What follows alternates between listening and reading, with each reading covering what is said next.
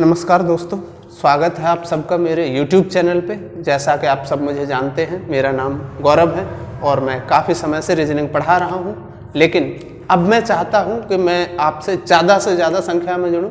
अब तक मैंने लगातार ऑफलाइन क्लासेस में पढ़ाया है, कई जगह पढ़ाया है, बहुत सारे लोग मुझे जानते भी होंगे। जो लोग नहीं जानते हैं वो अब जान जाएंगे जब हम साथ मिल के काम करेंगे। तो आज से इस चैनल पे आपको लगातार रीजनिंग के वीडियोस मिलेंगे। आपको इन्हें रोज देखना है और साथ साथ नोट्स लेके बैठना है और काम करना है। इस वीडियो में मैं केवल इंट्रो और कुछ काम आपके लिए दोनों चीज़ें साथ शेयर करने जा रहा हूँ। इसके अलावा इस पूरे चैनल पे आपको रीजनिंग कंप्लीट मिलेगी। यहाँ पे ऐसा नहीं होगा कि मैं कुछ टॉपिक डाल के और फिर बंद हो जाऊँ, ऐसा नहीं है। हम लोग कंप्लीट रीजनिंग पढ़ने वाले हैं, सारा सिलेबस पढ़ेंगे, बस थोड़ा आराम से पढ़ेंगे। और कोई भी चीज़ आपके डाउट में आती है तो आप कमेंट करिएगा, आपका हर कमेंट मैं पढ़ूंगा, जवाब भी मिलेगा आपको। कोई भी दिक्कत आती है तो भी बताइए मुझे अपने कमेंट के जरिए। तो आइए स्टार्ट करते हैं आज का वीडियो।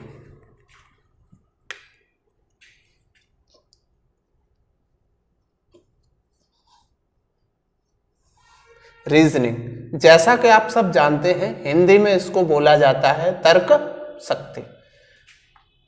रीजनिंग जो है वो असल में बनी है रीजन से।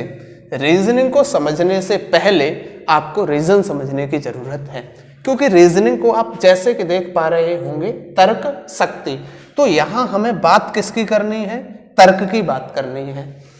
रीजन का मतलब क्या होता है? कारण होता है। तो हम जब बात करते हैं रीजनिंग की तो हर चीज के पीछे एक रीजन होता है, तो हम इसमें उसी रीजन की बात करेंगे। जैसा कि आप सब जानते हो, एक चीज होता है तर्क और एक होता है कुतर्क।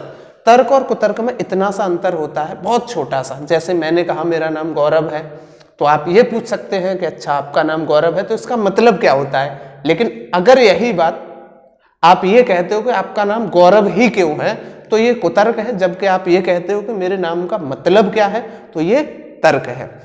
आपको पता है कि रीजनिंग में हमें केवल रीजन को समझना है। अगर हम रीजन समझ पाए तो हमें बहुत आसानी होगी रीजनिंग को पढ़ने में। आइए अब चलते हैं आगे। जैसा कि आप सब जानते हो कि रीजनिंग 3 पार्ट्स में डिवाइडेड है। वो 3 पार्ट्स क्या क्या है? वर्बल रीजनिंग, दूसरा पार्ट है इसका नॉन वर्बल रीजनिंग। मैं रीजनिंग पूरा नहीं लिखूंगा। और third part is logical reasoning. अब जैसा कि मैं हिंदी और इंग्लिश दोनों में बताता चलूंगा, तो आप इस चीज के लिए निश्चिंत रहें कि आपको हिंदी की प्रॉब्लम है या इंग्लिश की प्रॉब्लम। वर्बल रीजनिंग को हम हिंदी में बोलते हैं भाषिक तर्क शक्ति।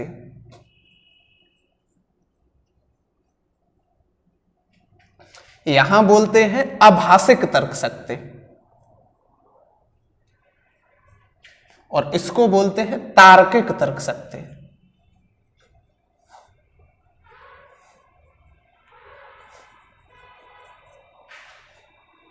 तो आइए, आप सब जानते हैं कि इनमें अलग अलग बहुत सारे टॉपिक होते हैं।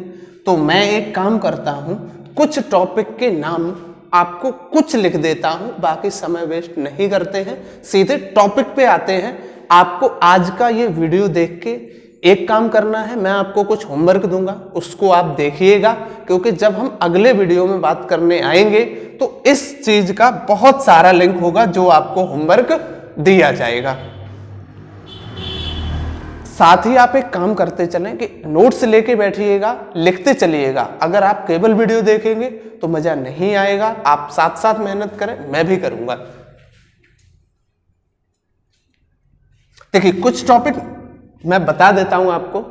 सबसे पहला टॉपिक जो इसमें है वो है वर्णमाला परीक्षण।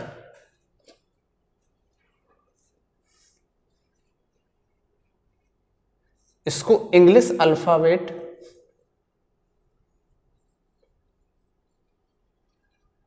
टेस्ट बोलते हैं। इसके बाद हम पढ़ेंगे कोडिंग डिकोडिंग।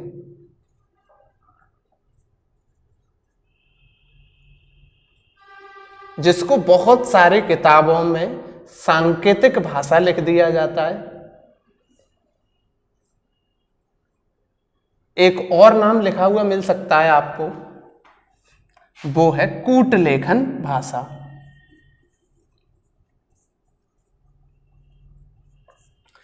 तो मैं ऐसे ही बहुत सारे टॉपिक हैं, मैं सबके नाम नहीं लिखना चाहता हूं, हम धीरे धीरे इनको पढ़ना स्टार्ट करेंगे। तो आज हम इस पे थोड़ी सी चर्चा कर लेते हैं। इस पे चर्चा करने का मेरा मतलब सिर्फ इतना सा है क्योंकि इसमें हमें वर्णमाला की आवश्यकता पड़ेगी। तो जैसा कि आप सब जानते हो, इस वर्णमाला,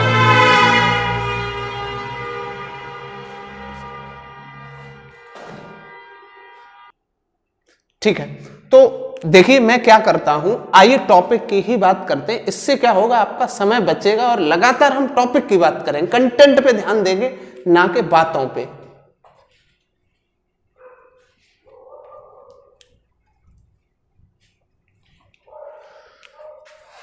आइए स्टार्ट करते हैं हम वर्णमाला परीक्षण। इसको मैंने बताया आपको क्या बोलते हैं, इंग्लिश अल्फाबेट टेस्ट। इसमें बेसिकली हम इंग्लिश अल्फाबेट की बात करते हैं तो हम ये देखेंगे कि जो वर्णमाला होती है, आप सब जानते हैं कि वो ए से लेकर जेड तक होती है, जिसमें 5 वॉवेल होते हैं, vowel A, E, I, O, you. हालांकि हमें इनका कुछ भी करना नहीं है, जबकि 21 कॉन्सोनेंट होते हैं, जिनको यहां आप बोलते हैं स्वर और इनको हिंदी में आप बोलते हैं व्यंजन। मैं आपको ये बताना चाह रहा हूं कि आपको करना क्या है। आपको एक काम करना है छोटा सा, वो ये करना है कि आपको, ये आपका होमवर्क है, ये होमवर्क है आपका कि आपको ऐसे ए, बी, सी, डी और आगे भी ऐसे ही लिखते जाना है और ये याद करना है आपको, 1 नंबर, 2 नंबर, ये 3, ये 4 और आगे भी ऐसे ही जेड पे जैसे आप जाएंगे तो ये 26 नंबर पे आ रहा होगा। तो ये नंबरिंग आपको याद कर लेनी है।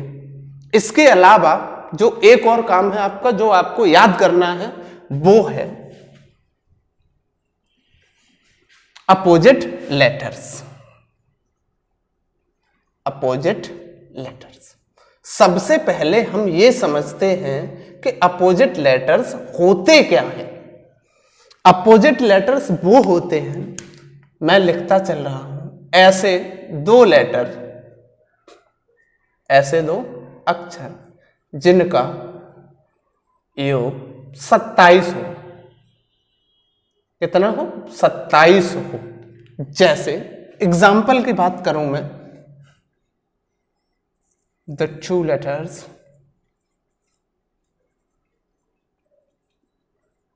having sum 27 is called opposite letters। भाई कहीं भी अगर इंग्लिश की कोई छोटी मोटी ग्रामेटिकल मिस्टेक हो तो उसको ध्यान न दीजिएगा, मैं रीजनिंग का टीचर हूं, इंग्लिश का नहीं।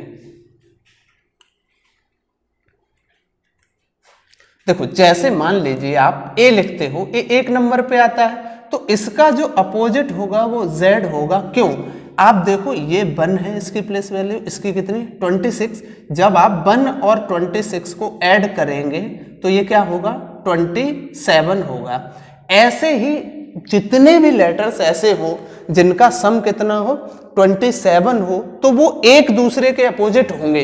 एक दूसरे के अपोजिट होने का मतलब ये है, ए का अपोजिट जेड और जेड का अपोजिट ए।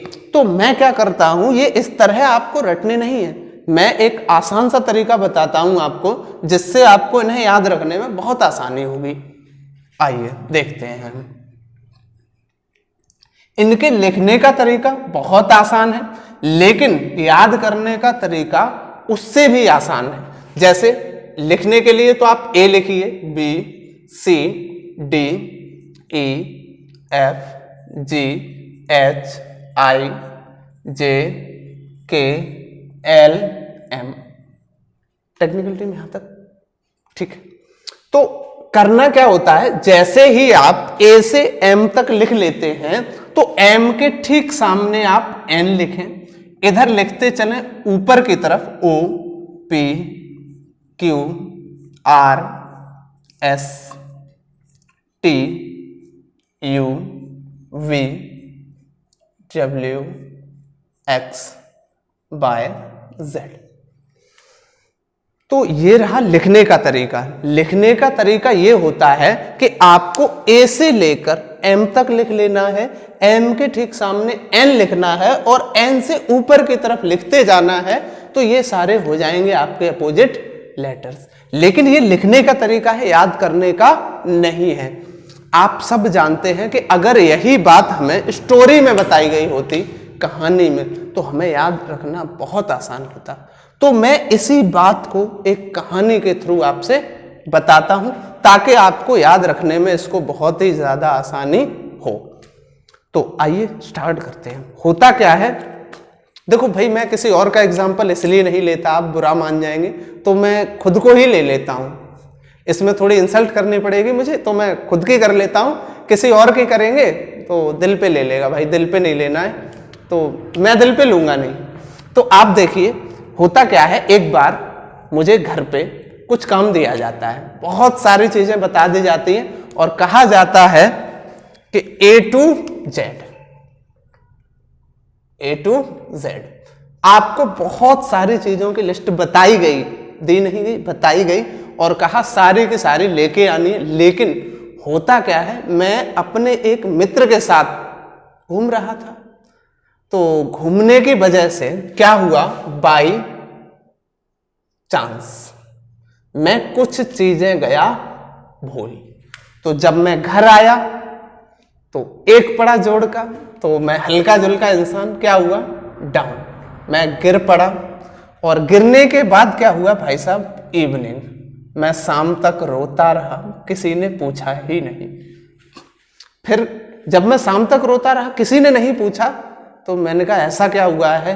तब कुछ लोग आए, बोला बच्चे अगर यही रहा तो जो आपका फ्यूचर है, आपका फ्यूचर है।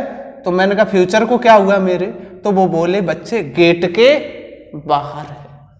मैंने कहा ये तो जाती है मेरे साथ। और कहा high school, high school inter, high school inter तो आप पास कर नहीं पाओगे अगर ऐसे ही आप भूलते रहे तो मैंने कहा अगर मैं हाई स्कूल इंटर नहीं कर पाऊंगा तो करूंगा क्या। तो बताया बच्चे आप एक काम करोगे, Jack queen,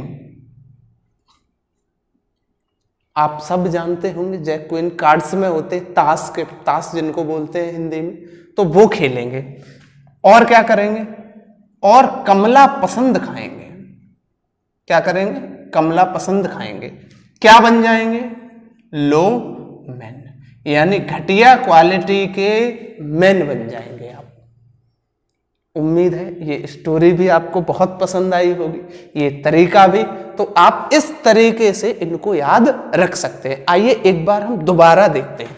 A to Z, by chance, down, evening, future, gate, high school, inter, jack queen, Kamla Pasand, low man. इससे आपको याद रखने में बहुत आसानी होगी। और जैसा कि आप देख पा रहे होंगे, ये सारे के सारे जितने भी लेटर्स लिखे हुए हैं, इन दोनों का सम हर जगह 27 ही होगा। अगर आपको ऐसा लगता है कि कहीं गड़बड़ है तो आइए एक पे चेक कर लेते हैं। जैसे आप सब जानते हो कि 11 नंबर पे आता है और पी कितने नंबर पे आता है, 16 पे। 11 और 16 को आप ऐड करोगे तो 27 आएगा। जैसे यहां मान लीजिए ए आता है 5 पे और बी आता है 22 पे। जब आप इनको ऐड करोगे तो ये भी 27 आएगा। आप कहीं भी चेक कर लीजिए, सबका सम 27 ही आएगा। और इन्हीं लेटर्स को हम अपोजिट लेटर्स बोलते हैं। इनके अलावा और कोई भी लेटर्स ऐसे नहीं हैं जिनको हम अपोजिट लेटर्स बोलते हैं। तो मैंने आपको 2 काम दिए हैं जो आपको करने हैं। एक तो ये आपको लर्न कर लेने हैं, तरीका मैंने बता ही दिया। दूसरा मैंने बोला था कि ABCD जिस क्रम पे आती है, जैसे 1 2 3 4 5 6 7 8 9 और ऐसे ही Z तक आप जाएंगे और इसको लर्न कर लेंगे। जब आप इसको लर्न कर लेंगे तो जो अगला वीडियो है इनकी प्लेस वैल्यू का काफी यूज होगा, वो हमारे काम आएंगे। इसलिए मैंने आपसे ये बोला है कि आप ये 2 काम करके रखिए, तब हम अगले वीडियो में मिलेंगे। आज की क्लास में इतना ही है। ये मेरा इंट्रो भी था और आपसे जुड़ने का एक तरीका भी। Thank you.